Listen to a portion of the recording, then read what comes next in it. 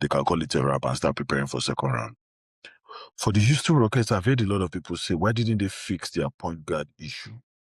And, I was just doing some analysis looking at the fact that why didn't they, even though before the end of the season, their last, I think 9 games to the end of the season, Reed Shepard improved and he started playing elite basketball at very high level. So every coach will want to give him a chance to go into the postseason being the one primarily distributing the ball for the entire team as the point guard. But what now happens is the first 2 games of the postseason, it's really not been shooting well.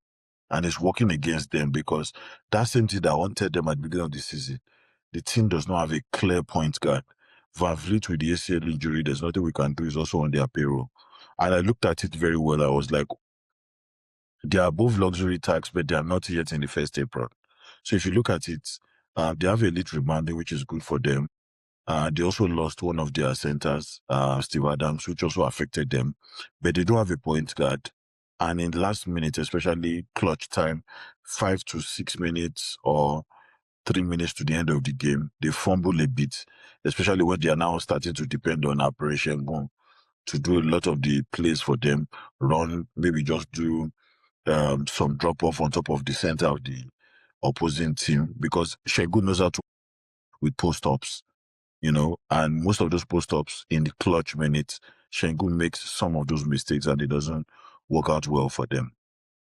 So looking at it, the Houston Rockets are currently over the cap and they're operating as a tax team. They are over the luxury tax, but they are not yet in the first apron. So it means that their total payroll commitment this year was sitting at about $194 million in dollars, and that placed them below the first apron. Now, getting to the first apron means that they would have had to commit much more money in taxes. So they had about roughly $1.3 million and below. If they are below the second apron, they'll be paying about $13 million. So it was good for them to stay within that luxury tax room, which gave them about $6.8 million in tax territory. So the idea was they didn't have so much money to be able to go out and get an elite point guard because Fred Van Vliet is still on that payroll. And if Fred Van Vliet is still on a 2-year, I think he signed a 2-year, 50 million. So he'll probably be earning 25 million guaranteed the first year, but he's sitting out the entire season and is injured. But with the way things are going, the Rockets would have to fight to survive this first round. Because for them to survive this first round, they have to cause an upset for the Lakers team. Lakers team that appeared weak, like a forgotten stone, are beginning to get some life back, even though we all know that they cannot go through the second round, but at least they can save their head and do a first round.